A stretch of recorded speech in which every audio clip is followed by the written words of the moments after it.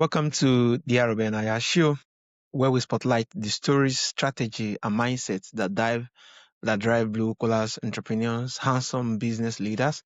Today, I'm honored to be welcomed by Keating, with over 20 years of experience helping company double their turnover and triple their profits through customer relationship strategy, technology, and personality-driven sales. Rose is the founder of our Next 3 Business Growth Consultant in Sydney, and he's passionate about helping business owners reduce their stress, improve quality, and build stronger relationship with their customer. I'm really excited for the wisdom he's going to share today. It's really a pleasure having you on the show, Rose. It's great to be here, Aro. It's just fantastic. And thank you for having me. It's Yeah, a thank real you. pleasure. Rose, what was it like growing up? So growing up, I had a good childhood. I was lucky. I had good parents. My father was a sawmiller and my mother looked after us as children and worked. I was a later child.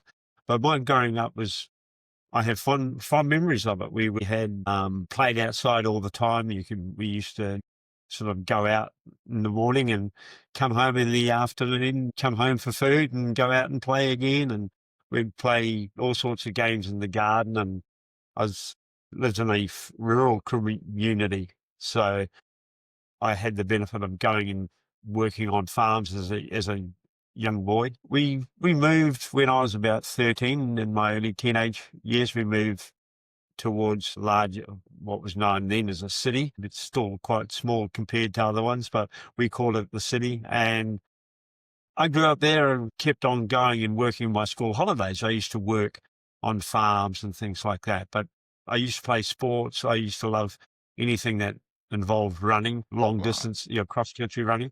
I was I was the slowest guy on the track when it came to 1,500 meters or 800 meters, but when it was cross distance, long, cross country, I could last out there, no problem whatsoever. So that was there. I was taught hard work, do your best all the time. Don't be afraid to get your hands dirty and respect other people. As my father said, do as you're told. I amazing, was a little amazing. bit slow in learning. I was a little bit slow in learning that sometimes, but he certainly taught Yeah, me. Move faster. wow, wow, wow, But yeah, no, amazing. I did have a good childhood, and I was lucky enough that we didn't go without. I don't believe we ever went without them. Our parents loved us. Yeah, it was a good childhood, but it set me up for the future. That's for sure. Yeah, amazing, amazing. Thanks for sharing, Rose. So you strongly believe every business can achieve more success. What was your earlier experience that actually shaped that belief? I had a corporate career, and I always saw things that could be changed, that could be improved to do better.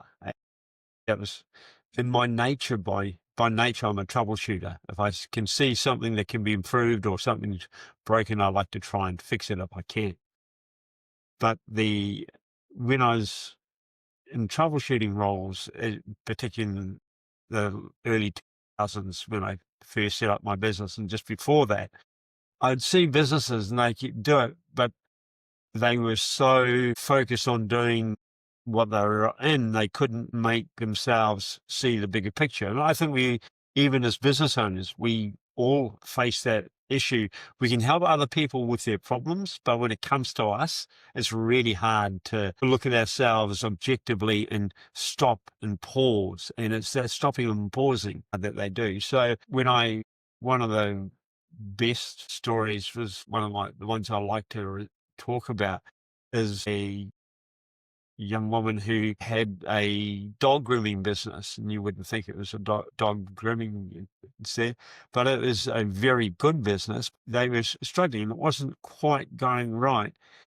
And when we looked at it, they weren't paying themselves first. They were paying everybody else, but they weren't making sure that they took enough money out off for themselves, and that creates stress in its own right. So she actually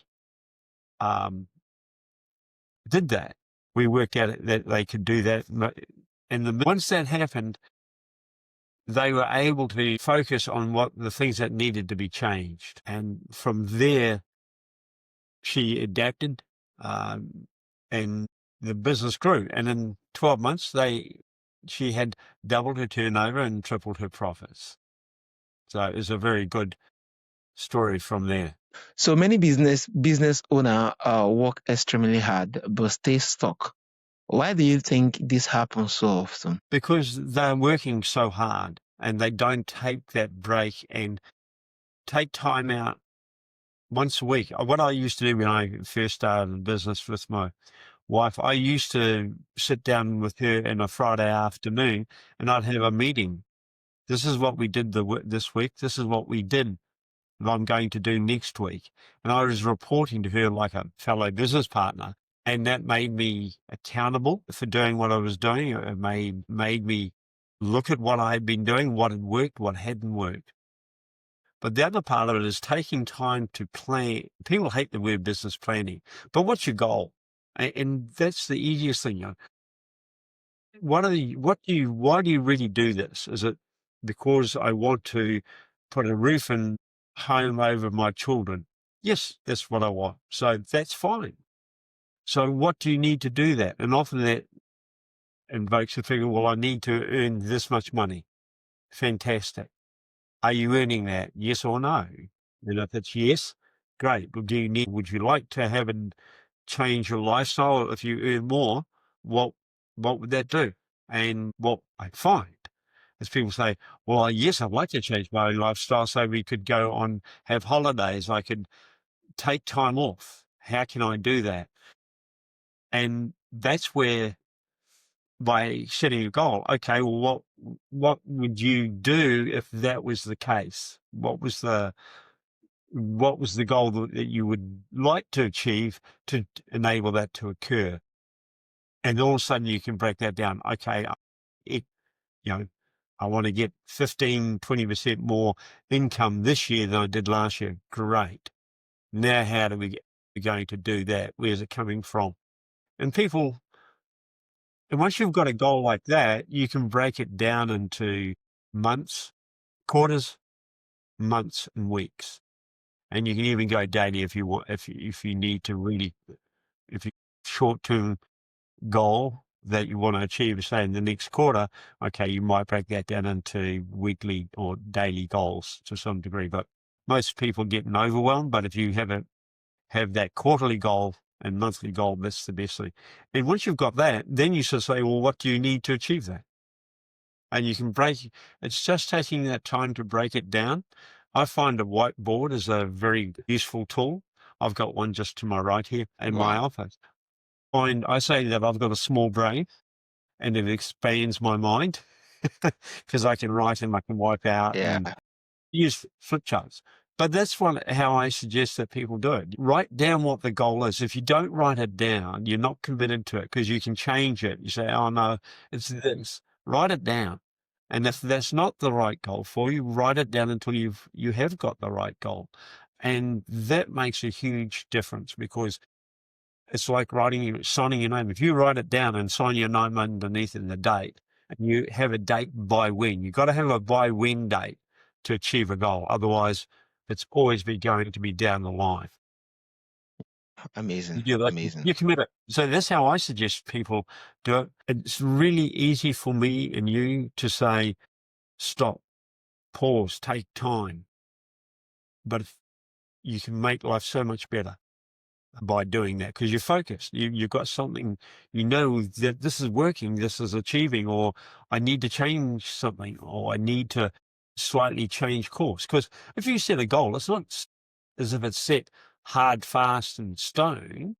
You know, you might be, you know, if it's the trades, they might get injured and they might be out for a time or someone in their family and they have to take time out and that will affect that. Take that into account. Or maybe your priorities change because now that you've got a child, this is what I need. I need outside that. I Yeah. need to change my goal because all of a sudden the money is even more important because it's more expensive to have a child than I expected. That's always the case. Yeah. Amazing. Amazing. Thanks for sharing your roles. Also, you have to actually say sales is a numbers game, but a people's game. Can you explain what that means? Sure. When when we first learn business and we learn sales, we're told to get more yeses, we just have to get more leads and get more no's. In other words, you go out, get there. So if you're getting 3 sales from every 10 leads, if you want another 3 sales, you've got to go and get 10 more, go and talk to 10 more people, and so on.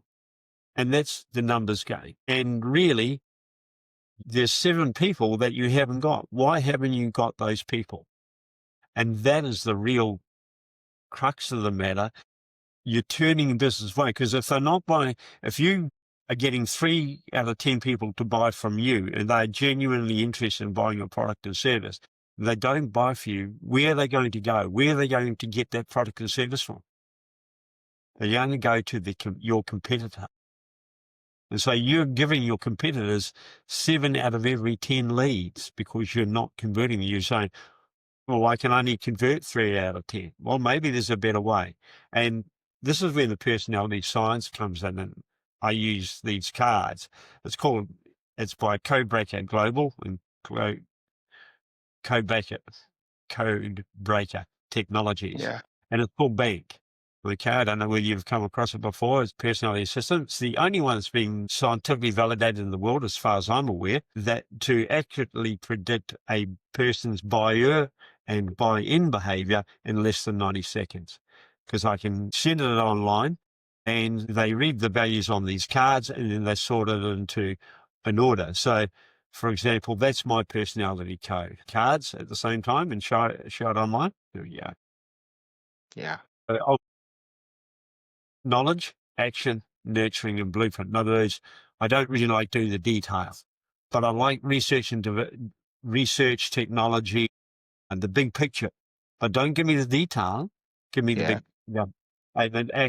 So if you know that, and if I know your personality code, and maybe your personality code is nurturing, and knowledge and blueprint, I would then I would change my presentation and adapt it to your personality type and talk about things like teamwork and the community and the sense of personal growth, ethics and morals. And those things might resonate with you better than if I was talking about knowledge and say, hey, trust me, just go for the big picture. And when you actually want the knowledge. So these two determine how you make a decision. The top one says, will ultimately make the decision.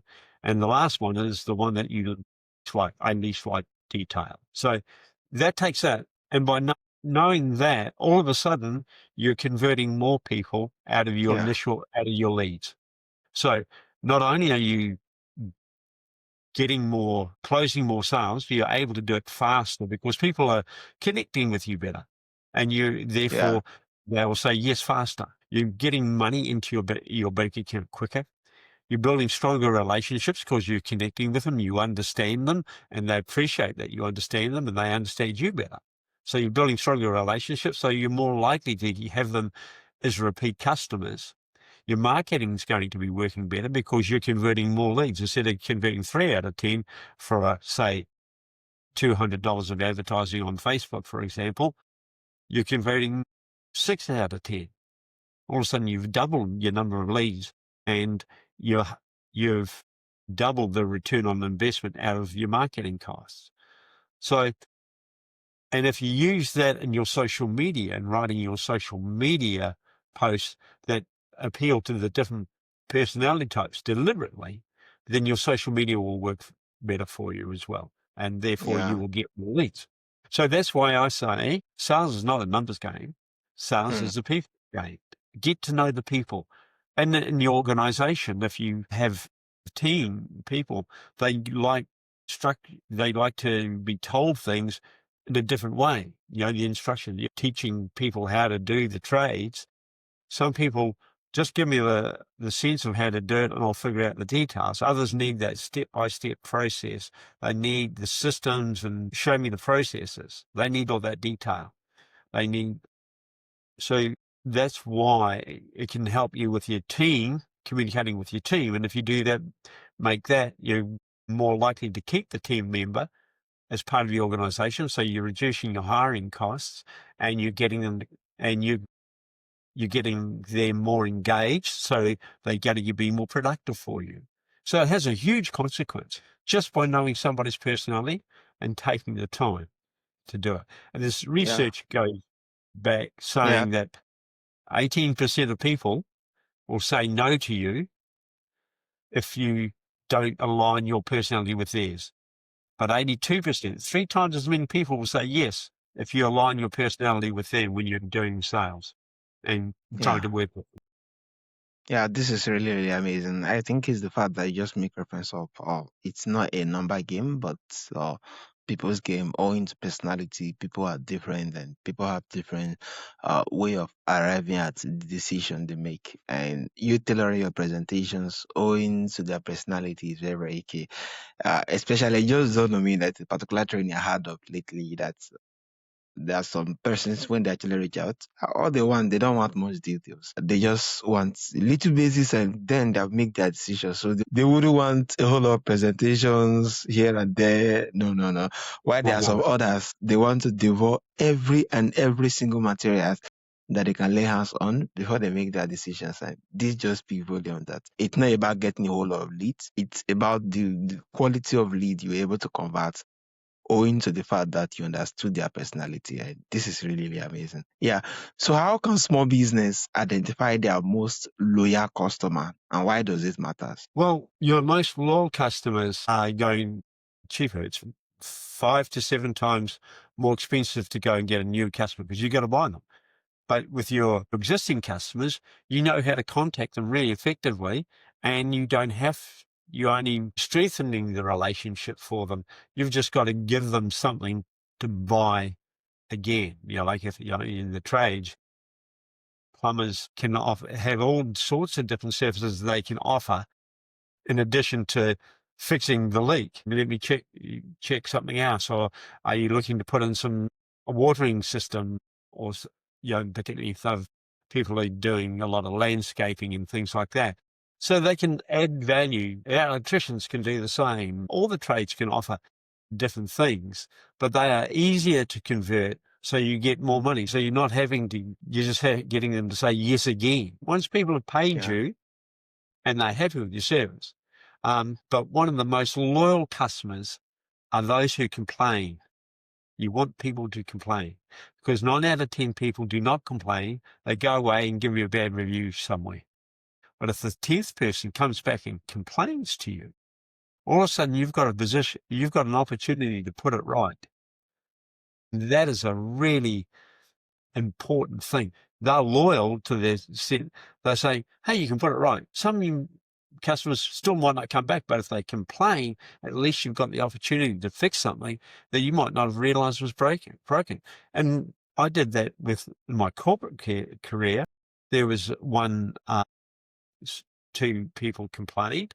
I took a half a day out of but more than half a day, you might as well say it was a full day, in fact, to meet up with them on our service. When, as a result of that, not only did we retain them as customers, they introduced us to over a 5-figure sum of business. So it was a very worthwhile complaint to get. So that's why I say they are your most loyal customers. Look after those, and you don't have to get as many new leads. So your Yeah. marketing cost can go down. Yeah, amazing, amazing. Thank you so much for that. And I think it really speaks volume, being that you give it's easier to close deal with a recurring customer, but being that you don't have to you don't have to yeah, you don't have to make a whole lot of deal days again, respect of your business. They already know what it entails and they wouldn't have to pass through a whole lot of things. And especially when you make reference of complaint, being that those that complain and you're able to fix every of those particular bug that is in the system or every of this particular you address all their complaints, I think it just speaks volumes to those who actually speak out. It's easier to serve them better the next time compared to those whom I have complained, but just leave with it. Those are not loyal customers compared to those who speak out and you're able Yeah, to kind of sort their problem. And this is really, really amazing. Yeah. it is. So, And if you know their personality type, sorry, Ara, if you know their personality, you're connecting, so you're strengthening the yes. relationship, and you can perhaps better solve the complaint because you understand how to communicate with them as well. Yeah, so true. So true. Amazing. But many entrepreneurs many entrepreneurs resist investing in technology. Why is adopting to CRM and automation so important today? Well, that's one of my little favorite, another one of my favorite topics. Again, it's because they tend to be busy and they don't want it. They find it difficult to find the time to put information into a CRM. Now, I use my CRM, and I haven't got my phone with me right now. I put it down somewhere. And I can use my CRM that I use on my phone. When I call somebody, I can type in a quick note. Because you can't remember everything, but the technology enables you to get them into a database, and you can segment or create groups within the database that have similar points of interest that you could contact them about. They may be particularly in, what do you call it, in geographic areas. They might be in geographic areas. They might have certain types of businesses. They may be interested in certain types of sports. So you communicate with them differently, and they may have a different type of product or service that you can offer them. And some, if they're of a high income, you can charge more for the same product or service.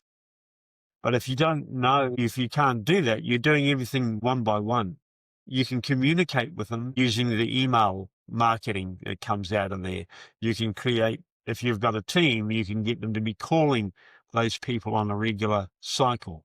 You can maybe use social media to target certain groups that are within those demographics. You can find that. I separate people even by their personality codes. And I'll write an email, for example, that is highly focused on each of the person, what they like for each of those personality types. So it is more likely to connect with them. So just having those type of things, and technology helps that. I mean, a lot of Yeah, businesses have 6 trades, and that 600 to maybe 1,000 people. The smaller ones even have that many people that they've got to contact. You can't remember all those details and yeah, keep up to date. And if you keep in touch with them, then say an average household might require an electrician at least once every 6 months. So, and if you know that's going to happen, you can start reaching out to them 6 months before, 5 months before, or afterwards, the last one, and saying, "Hey, here I am. How's everything going?" yeah. And Amazing, maybe, amazing. yeah, a CRM. And I mean, I'm sure you use a CRM for keeping in touch with all your guests and things like that. Yeah, yeah. This is really amazing. I think it's the fact that with CPRM you could able to kind of keep data of your customers. Not just that alone, you could actually tailor message specific to their personality, and it's easier for you to easily communicate that very way, because now you're not just speaking to a general audience, you are speaking to them something that is tailored to them, being that you understood them and you have data about them. But why does many people think CRM does not work? And what is the biggest benefit of centralizing our customer data? Well, the more people that you have connecting with your business, the harder it is to keep it in spreadsheets. And if you've Yeah, got certain staff, if you've got it over spreadsheets, then data gets out of date. By having a centralized system, I call it the single source of truth. You can go to one spot and you can update the address. They contact you.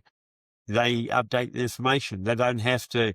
I talked to John last week, and 2 months ago, and gave my change of address, and they rang up and I spoke to Mary. Mary's got a different address for me. Why is that? So you want that single source of truth about a customer always. And you can put so much information together. You can get information from the other systems you might use, your accounting system, for example, and get some information that's important to have in the CRM. So when you're talking to them, they can see that and they can relate it. And also you've got the same details, address details in the CRM and the accounting system. Like you can check those type of things quite easily. But it's about the ability to communicate at scale, even for a business that's got 500 people to contact. Keep in contact with those people. Don't let them get away. And that's what I'm passionate about. So that's why a CRM is so important. Why doesn't it work? Because people don't bother to update it. They don't use it. But nowadays, most of the CRMs connect to your email and your Outlook, so you don't have to change your behavior, but it's got the record there. I mean, I can look at mine and I can see when you and I have exchanged emails, when we've had planned the meeting, I'll be able to go back and doing that. So that's why a CRM is at scale. Wow, wow, amazing. Yeah, amazing, amazing, amazing. Thanks for actually more like clarifying that serious and working a better system that could actually work out, centralizing your data, being that spreadsheet can be so overwhelming that sometimes you can lose track of what and what's having more like a central customer data. It's lovely being that it gives you the apple of being able to keep a whole lot of data about a whole lot of customers and be able to reach out. So, how does integrating marketing, sales, and customer service transition business performance? So often sales and marketing don't work together. In a small business, it does because there's only 2 or 3 people and they're talking together. But if you have many small businesses today outsource the marketing and they might have somebody else doing the sales and the business development for them, they've got to be on the same message when they're going out, that they are talking the same language. If you don't have the same understanding of the offer at both ends from the marketing and the sales point of view, then it's not going to work. And also determining what is a qualified lead. What does a qualified lead really mean? How much information have they got? Did they really say yes, or did they just say yes to the appointment to get you off the phone? Those are the aspects from that. And if you've got a customer service person phoning and just and taking calls and appointments, are they aware that you've made an offer through the marketing social media, and is that the same offer that the sales team have? Are they expected to make an offer on there? So from those perspectives, that's why CRM can help put it together, because it can have the campaign going out from there these days. So the landing pages can be connected, or the forms on the website can be connected to the CRM. So those are the real reasons why you want to coordinate the sales and marketing and customer service team.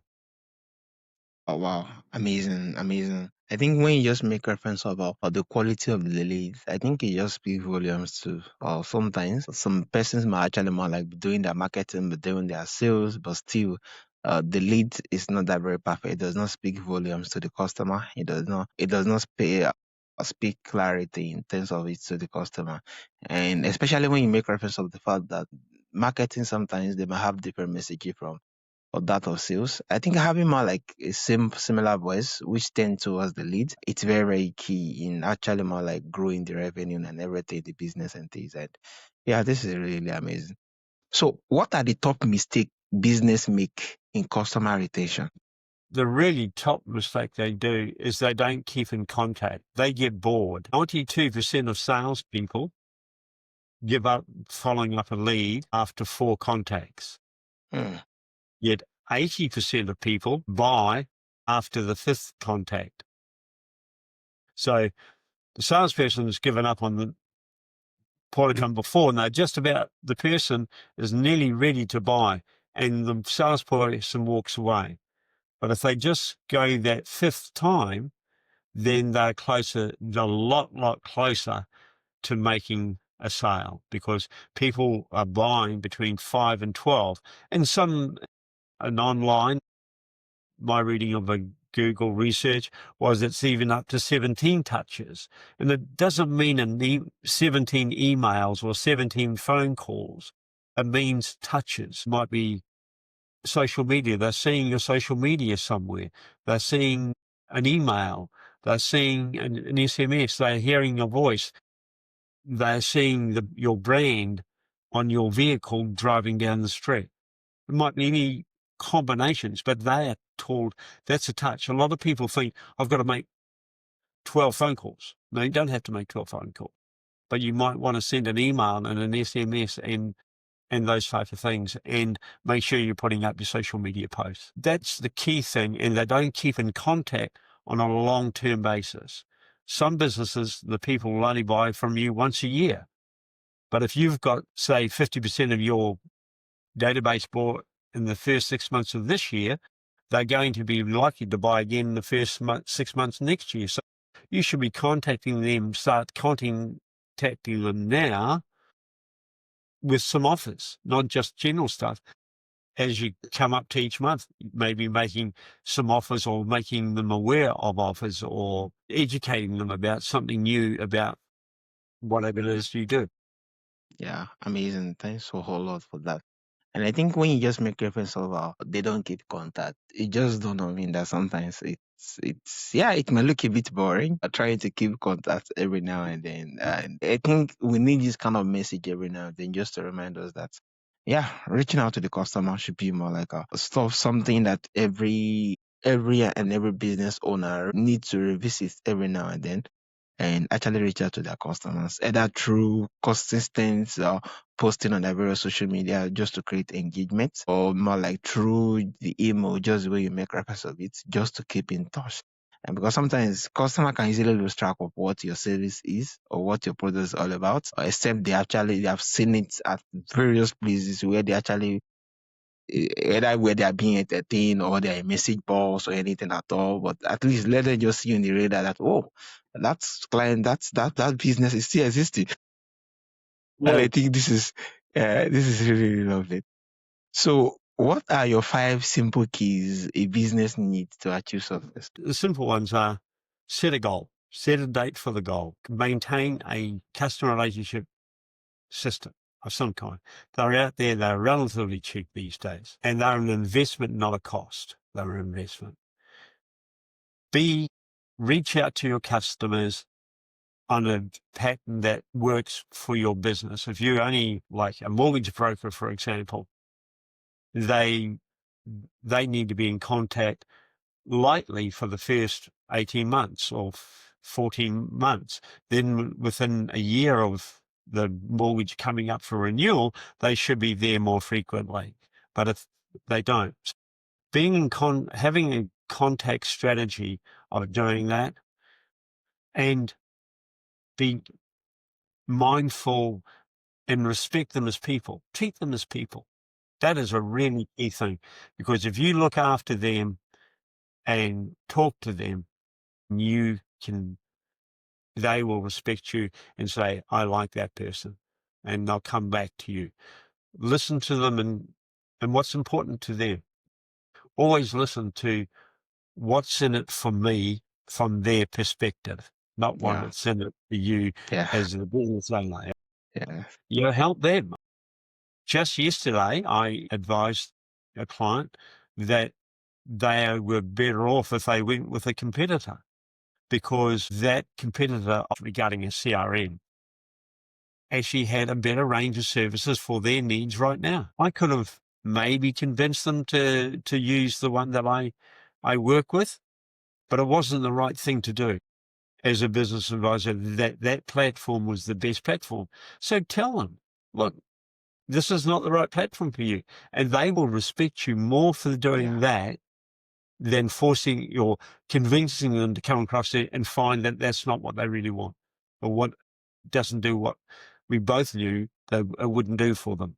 So be honest and don't be afraid to give them the right advice and say, hey, I'm mm, not the best person. Because they'll come back and say, hey, you should see he had a really good product, but it just wasn't right for me.